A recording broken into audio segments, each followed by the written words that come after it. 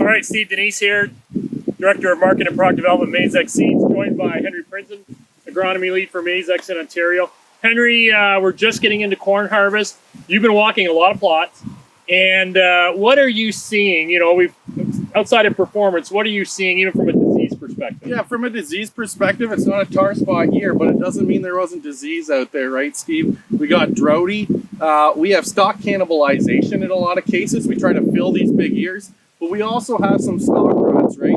So it's really important to go prioritize harvest in those fields, the ones that either, died early because of drought, or maybe they're into stock rot. So you're going to pinch the nodes and do the push test, and see how those stalks are performing. Here we can see we have some stock rot. If you have pink, fusarium stock rot, maybe a crown rot. But those are fields we need to prioritize for harvest. The other thing, the big bad Dawn is, out in the odd spot here in Ontario. So prioritizing fields that have some ear mold, right?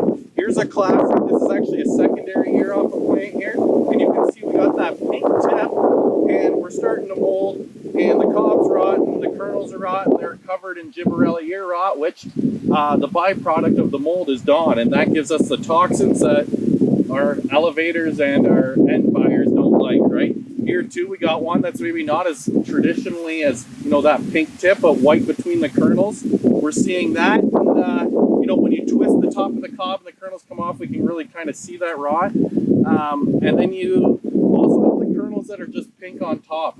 Those are all risks for Dawn, so we need to look at those, pull back some ears, and prioritize those fields for harvest as well. Probably surprised given the summer conditions when it was so For hot. sure, I think that stress from the summer might be a little bit of the cause. Very good. All right, so walk your fields. Make sure you put your fields in order in terms of need to get harvested, and we'll go from there.